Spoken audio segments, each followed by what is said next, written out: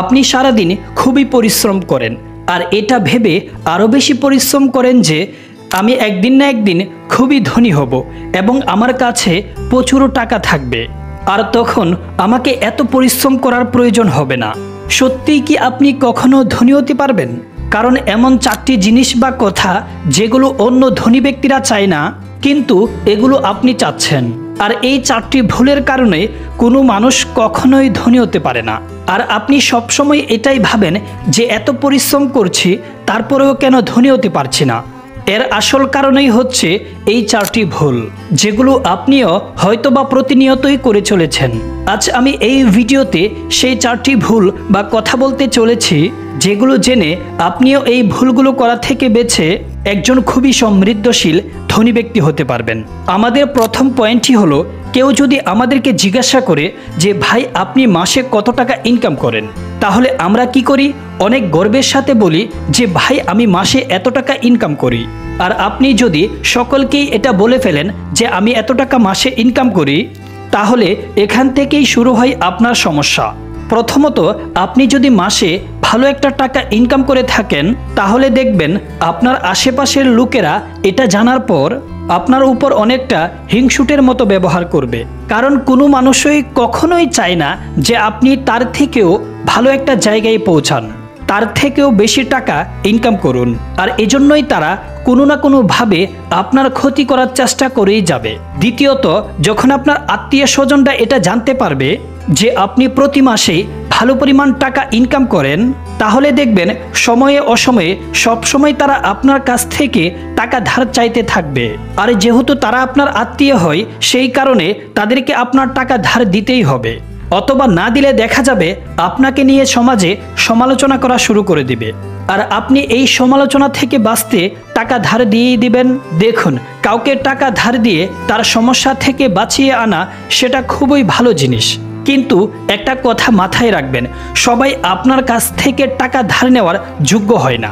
কারণ আপনি কাকে কখন কত টাকা দিবেন এই সম্পূর্ণ জিনিসটাই আপনার হাতে থাকে, কিন্তু আপনার ধার দেওয়া সেই টাকা কখন কত টাকা ফেরত পাবেন এটা সম্পূর্ণ তার মর্জি অনুযায়ী। অর্থাৎ যেই জিনিসটার কন্ট্রোল আপনার হাতে নেই সেই জিনিসটা না করাই ভালো। তবে আপনি যদি এমন কাউকে জানেন যে কিনা আপনার টাকা সঠিক সময়ে ফেরত দিয়ে দিতে পারে, তাহলে আপনি তাকে টাকা ধার দিতেই পারেন।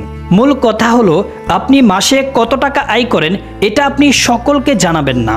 এরপরের ভুলটি হলো, আপনার কাছে যদি কিছু জমানো টাকা থাকে, তাহলে আপনি সেই টাকাকে কোনোভাবেই অপ্রয়োজনীয় জিনিসের উপর খরচ করবেন না। আর আমরা 90% মানুষ এই ভুলটাই করে থাকি। আপনার ওই জমানো টাকাটা অপ্রয়োজনীয় জিনিসের উপর খরচ করার ফলে ভবিষ্যতে আপনি অনেক বড় সমস্যার মধ্যে পড়তে পারেন। যেমন হঠাৎ কোনো এমার্জেন্সি, চিকিৎসার খরচ বা চাকরি হারানোর মতো পরিস্থিতিতে পড়লে আপনার কাছে কোনো সঞ্চয় থাকবে না, যার ফলে আপনি অন্যের কাছ থেকে ঋণ নিতে হবে এবং পরবর্তীতে আপনি সেই ঋণ চক্র থেকে বের হতে অনেক টাকা এবং সময় দুটোটাই নষ্ট হবে। তাই আপনার কাছে থাকা টাকাকে কখনোই অপচয় করবেন না। এরপরের ভুলটি হলো, আপনি যদি কোনো ব্যবসা করার চিন্তা করে থাকেন বা আপনার মাথায় যদি কোনো বিজনেস প্ল্যান থাকে, তাহলে আপনি সেই প্ল্যানটা কখনোই কারো সাথে শেয়ার করবেন না। কারণ এটা হতেও পারে যে আপনি কাউকে আপনার সেই প্ল্যান শেয়ার করলেন এবং সে আপনার ওই প্ল্যান অনুযায়ী নিজেই ব্যবসা করা শুরু করে দিল। তাহলে কি আর আপনি সেই ব্যবসা শুরু করতে পারবেন? আর অপর ব্যক্তি সেই ব্যবসা থেকে অনেক টাকা ইনকাম করে নিয়ে যাবে। তাই আপনার বিজনেস আইডিয়ার ব্যাপারে সকলকে সব কিছু বলবেন না। আপনি বলতে পারেন আপনার বিজনেস পার্টনার বা আপনার ফ্যামিলির কাউকে, আউটসাইডে কাউকে বলা যাবে না। এরপরে সবচেয়ে বড় ভুল যেটা আমরা বেশিরভাগ মানুষই করে থাকি, সেটি হলো, আমরা যখন কোনো ভালো অপরচুনিটি পাই যেখানে ইনভেস্ট করলে আমরা অনেক ভালো রিটার্ন পেতে পারি, আমরা কি করি, সেখানেই সব টাকা ইনভেস্ট করে ফেলি। আর এই কারণেই অনেক মানুষ রাতারাতি পথে বসে পড়েন। কেননা আমরা যদি ওই একই জায়গায় আমাদের সব টাকা ইনভেস্ট করে ফেলি, তাহলে হয়তো আমরা ভালো টাকা রিটার্ন পাবো অবশ্যই, কিন্তু আপনি এটা সবসময় জেনে রাখবেন যে ভালো রিটার্নের সাথে সবসময় বেশি রিস্ক জড়িয়ে থাকে।